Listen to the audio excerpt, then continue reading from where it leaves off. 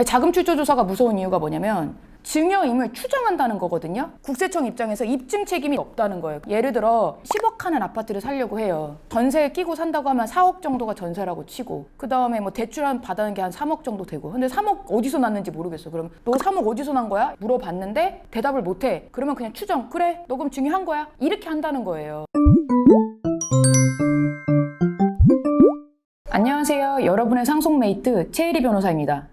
우리 PD님들 결혼하실 때 됐잖아요. 전세자금으로 주던 결혼자금을 준다. 증여세 신고를 해야 될까요, 그럼? 증여는 무상으로 돈을 주는 행위이니까 증여세 신고는 하셔야 됩니다. 그럼에도 불구하고 걸릴 때까지 기다리자, 뭐 이런 분들이 많으신 것 같은데요. 세금을 조금 생각하시는 분들은 어떻게 얘기하시냐면 현금으로 받으면 돼, 이러시는 분들도 계세요. 걸릴 수 있어요. 언제 걸릴 수 있냐면 첫 번째는 자금 출처 조사가 되는 것입니다.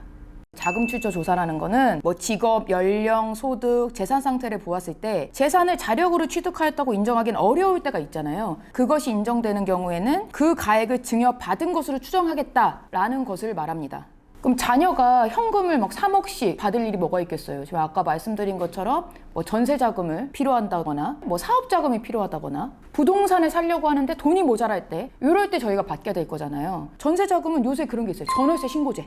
또 두 번째는 조정 대상 지역에서는 부동산을 매수할 때 자금 조달 계획서라는 것을 작성해서 의무적으로 제출하게 되어 있다는 거예요.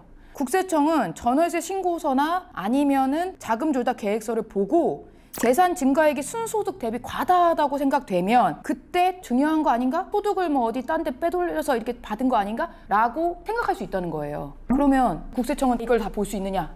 국세청이 이걸 전체적으로 보는 건 아니에요. 공무원분들이 하실 일 얼마나 많으세요. 근데 어떻게 이걸 다 보고 있어? 우리 뭐 전월세 얼마나 많은데. 국세청에는 PCI라고 해가지고 증가된 재산 과액이랑 우리가 맨날 소비하는 지출액이 있을 거 아니에요. 이것을 합한 것이 내 소득 대비 너무 큰 거예요. 그러면 그것을 시스템으로서 걸러내는 거예요. 이거 증여받은 거 아니야? 이거 뭐 어떻게 된 거야? 이렇게 시스템으로 걸러내요. 그러고 나서 국세청에서 다른 어떤 혐의가 포착이 될 수 있잖아요. 그럼 그 부분에 한해서 다시 자금 출처 조사라는 것을 들어가게 되는 것입니다. 근데 최근에는 부동산 매매가 워낙 많이 있다 보니까 자금 출처 조사로 걸리는 경우가 좀 많았어요. 부동산 가격 폭등하면서 빨리 막 살려고 하는 분들이 부모님한테 돈을 받고 그 다음에 이제 사시는 경우들이 좀 있었거든요.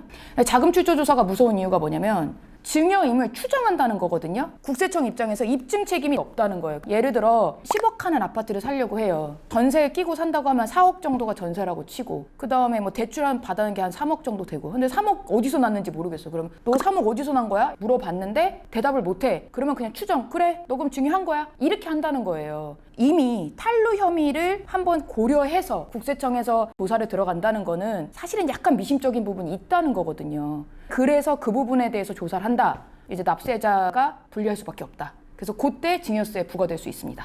그래서 미리 사실은 뭐 증여한 게 실제로 있다고 하면은 증여세 신고를 하시는 게 더 나을 수도 있고, 부모님한테 사실 돈을 받았다고 하면 이걸 소비대차 계약을 형성해서 이자를 일정 부분 주는 방향으로 하는 것이 증여세를 내는 것보다 나을 수도 있어요. 이제 두 번째로 걸리는 것이 상속세 세무조사 때예요. 아까 자금 출처 조사 같은 경우는 부동산이 매매된 당시 뭐 몇 년이 지났다 하더라도 그 금방이 걸리는 것을 말하는 거거든요. 근데 상속세 세무조사 때는 그게 아니에요. 10년 전 것도 걸릴 수 있다는 거예요. 상속세는 신고세액이 아니라 세무조사 결정세액이에요. 한마디로 국세청이 아니더라도 세무서에서 우리가 세무조사를 해서 그 세무조사 내용이 결정이 되어야만 세액이 확정되는 것이지, 그냥 내가 신고한 대로 그냥 국세청이나 국가에서 오케이, 그래, 너 이거 세금 이만큼 내, 이렇게 하는 게 아니에요. 그러면 반드시 있는 절차가 뭐냐? 세무조사라는 제도야. 그럼 세무조사는 어떻게 이루어지냐? 망인의 금융재산만 보는 게 아니야. 금융재산과 상속인의 금융재산 모두를 다 볼 수 있어요. 근데 어떻게 보냐? 금융기관이 이걸 엑셀 파일로 줘요. 딱 필터 딱 걸어가지고 하면은 자금 출처 조사하는 게 너무 쉽다는 거예요. 망인의 계좌에서 매달 막 600만 원, 막 1000만 원씩 매일매일 나왔어요. 근데 어느 순간 그 비슷한 금액이 우리 상속인 계좌 입금만 된 거예요. 현금이라 하더라도 입금된 거야. 이렇게 찍혀 있는데 이거 혹시 예전에 어머니 아버지한테 받은 돈 아니야? 라고 물어봤어요. 근데 막 배째라 그래. 나 모른다, 막 기억이 안 난다, 막 이래. 못 찾을 줄 알고. 그러면 이때 세무조사를 확대할 수 있어. 그때 하는 것이 똑같이 자금 출처 조사예요. 자금 출처 조사는 너 이 돈 어디서 났어? 라고 했을 때 소명을 하지 못하면 바로 증여로 추정해버린다는 거거든요. 그러니까 뭐 10년 전, 5년 전 일을 그때서야 걸릴 수도 있다는 거죠. 실제는 없는데 근데 잘 생각해 보세요. 자금 출처 조사나 상속세 세무조사 때 걸린다. 이거 다 뭐예요? 상속인의 재산이 늘어나야 되는 거잖아요.